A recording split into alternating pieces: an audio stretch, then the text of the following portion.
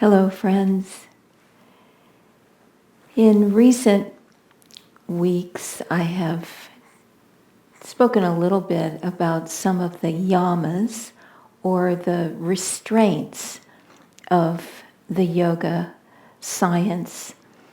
I've talked about non-lying or truthfulness, non-attachment, non-violence, and today I'd like to talk a little bit about non-sensuality or Brahmacharya, which translates as chastity, sexual self-control, marital fidelity. It is said in the teachings that if a person is loyal to just one partner in life, it is a form of Brahmacharya or chastity. And it's very important to realize that this energy, the sexual energy, is a very powerful thing. It's important to respect it and to realize that if we are guided by our desires, if our path in life is motivated and defined by those desires, we can be led to some very dark places that we really don't want to go. And so it's important that we are led by our highest aspirations in life and guided by high ideals and not by our lowest denominator, the lowest aspects of our nature. As Sri Yukteswar said, don't let the frogs of sense weakness kick you around. So it's important that we work with that energy in a positive way. And remember, the whole yogic path is designed to draw the energy in from the senses, to, as Yogananda said, to turn off the sense telephones, draw all that energy into the spine, direct the energy up to the point between the eyebrows, and that is enlightenment.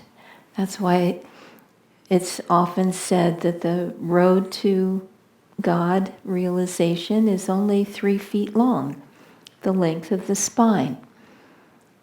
It's not that far. We can make it.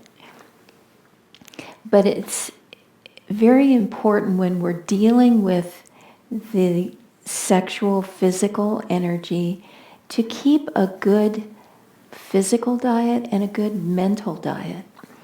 So you want to feed your body with things, with food that helps to balance it, helps to calm the nervous system. So that's one of the reasons why yogis say not to eat meat, because it's irritating to the nerves. And when the nerves are irritated, it's more of a stimulus. Sugar acts the same way, caffeine acts the same way.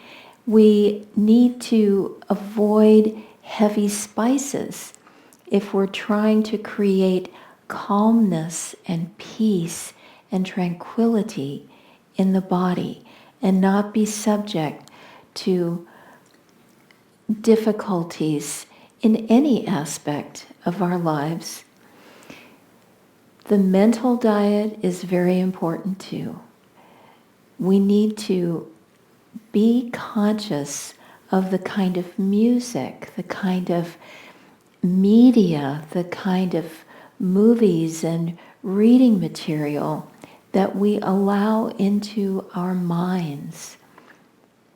Because what we have as input into our consciousness, some things we just can't get rid of, mental images of violence and so on that we see on television. So it's just best not to allow all of that stuff into our minds. It's good to be very selective, as much as we can in this world. But we can try. And in so doing, we can elevate our consciousness and keep our minds pure.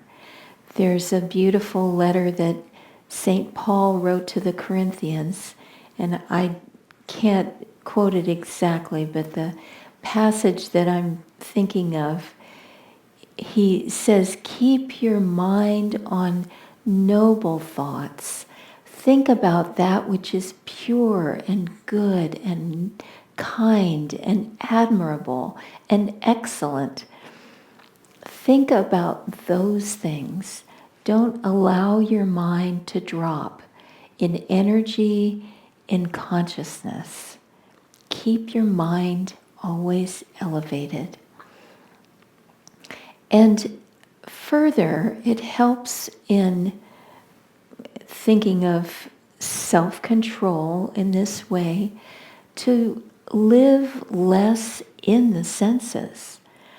I love in Autobiography of a Yogi how Yogananda talks about Sri Yukteswar, his guru, and says that there was no fuss made about bedtime or bedding or any of that.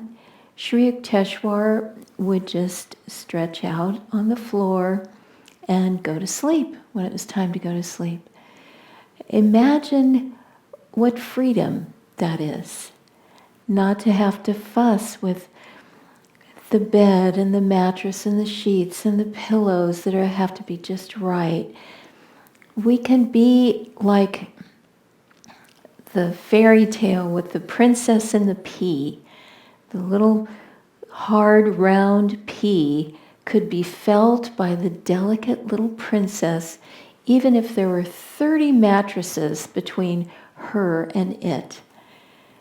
So think of that next time you're fussing about bedding or hot or cold or this thing or that thing. Try to live less in the senses and more in spirit.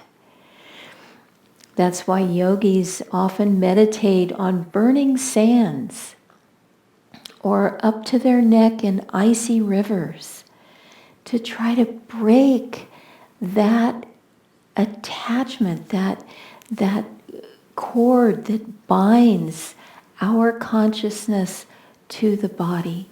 We want to be free, to soar in spirit.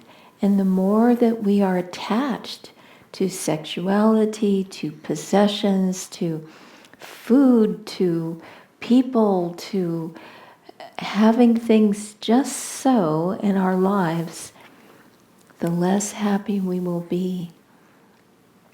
So let's take this opportunity now. We have an amazing world that we live in where people are very much trying to cope with a deadly virus. And let's take that opportunity to live less in fear of the body getting sick and dying. Let's take adequate precautions. Let's be safe. Let's wear the mask, socially distance, wash our hands, do all the things that we know help. And then let's let it go. Live in freedom, knowing that this body, by its very nature, cannot last. So let's look for that which is true, that which is lasting, that which is undying. The Bhagavad Gita says, this soul cannot be cut, it cannot be dried up by winds, it cannot be moistened by water, it is indestructible.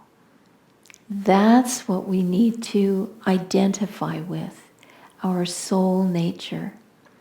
And the more that we can withdraw our energy at will from the sense telephones, concentrating it in the spine, and lifting it to the point between the eyebrows. The more we can do that in meditation, it's the only way to do it. We can't buy it at the store. We have to achieve it in ourselves through our own efforts, through our desire, through our willpower, through our love for God. But the more that we can do that, the more free we will be. And what is the outcome? When we pull that energy in from the senses and direct it to the brain, the chakras experience the bliss of their true nature. We think that pleasure through food or physical sex or all of these fulfillments of desires, we think that is pleasure and we're attached to that. But the reality is that those things are like stale cheese in comparison to the nectar of spirit. If you experience just a little bit of bliss in one of the chakras, you will never forget the experience, and you will know beyond any doubt that the pleasures of this world are nothing compared to the joy of spirit. So let's look for that bliss and work to transcend in ourselves the limitations of the senses and live for spirit alone. God bless you.